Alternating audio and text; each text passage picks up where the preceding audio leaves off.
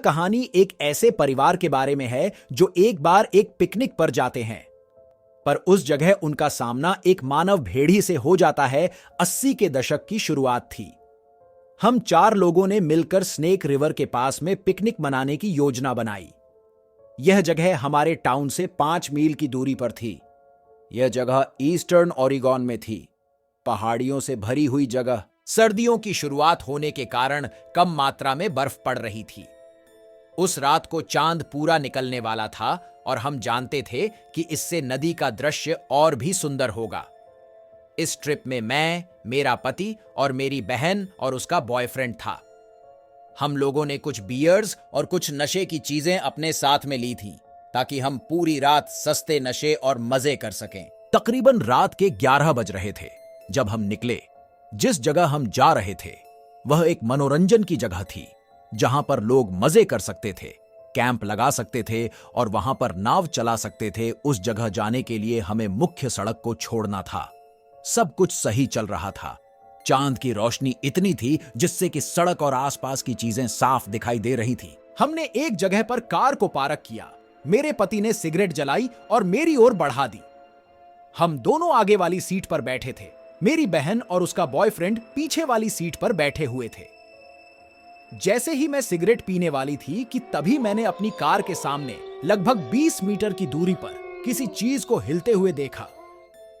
पहली बार देखने पर तो वो मुझे एक हिरण के जैसा लगा। मैं सीट में आराम से पसर कर बैठ गई, पर तभी मैंने उस चीज को अपनी कार के दाईं ओर आते हुए देखा। मेरी बहन भी यह जान चुकी थी कि कार के दाईं ओर कोई चीज तो है। वह बस पूछने ही वाली थी कि क्या हो रहा है। तभी उसने उस चीज को गाड़ी के पीछे की ओर जाते हुए देखा। मुझे याद है कि मैंने मुश्किल से ही एक बार सिगरेट पी थी। मेरी बहन जो सिर्फ 13 साल की है, वो ना तो स्मोक करती है और ना ही कोई ड्रिंक करती है, और हमें इतना समय भी नहीं हुआ था कि हम यह काम कर सकते थे। हम सब चुपचाप बैठे हुए थे।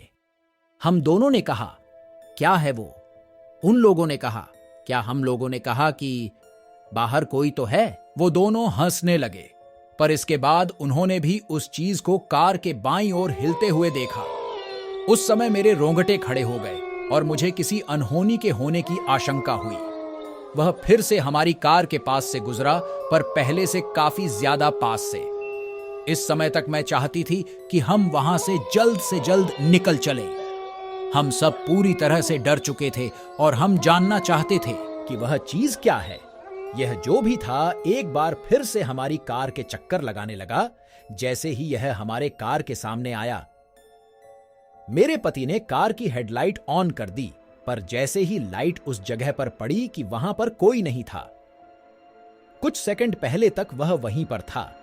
जब मेरे पति ने एक बार फिर से कार के हेडलाइट ऑन की तो वह फिर से कार के दाईं ओर आ गया, पहले से भी बहुत ज्यादा पास में आ गया। हम नहीं जानते थे कि वह क्या था। इस समय तक मेरी बहन काफी डर चुकी थी और साथ में मैं भी। हम सभी मेरे पति पर चिल्लाए कि हम सबको यहां से निकालो। वह भी हमारी ही तरह डरा हुआ था। उसने गाड़ी को स्टार्ट किया और आगे जाने की बजाय वह गाड़ी को रिवर्स में ले गया ताकि हम पीछे होते हुए उस जगह से मेन रोड पर पहुंच सकें। हम किसी तरह से चलते फिसलते हुए ऊपर चढ़ते हुए मेन रोड पर आ पहुंचे।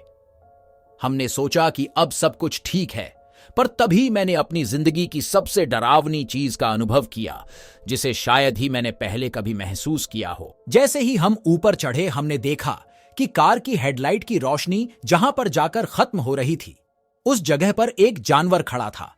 वह उस जगह पर एक ऐसे आदमी की तरह खड़ा था जो पूरी तरह से बड़े बड़े बालों से ढका हुआ हो तथा बहुत ही पतला हो। जब उस पर लाइट पड़ी तो वह मुड़ा। अब हम उसको पूरी तरह से देख पा रहे थे। वह मेरी ही आंखों में देख रहा था और कसम से उस समय मेरी दिल की धड़कन बस रुकने ही वाली थी। उसकी आंखों की जगह गहरे काले गड्ढे थे और उसकी आंखों में दहशत और पागलपन के सिवा और कुछ दिखाई नहीं दे रहा था। ऐसा बस कुछ सेकंड के लिए ही हुआ था कि तभी मेरे पति ने कार की स्पीड बढ़ाई।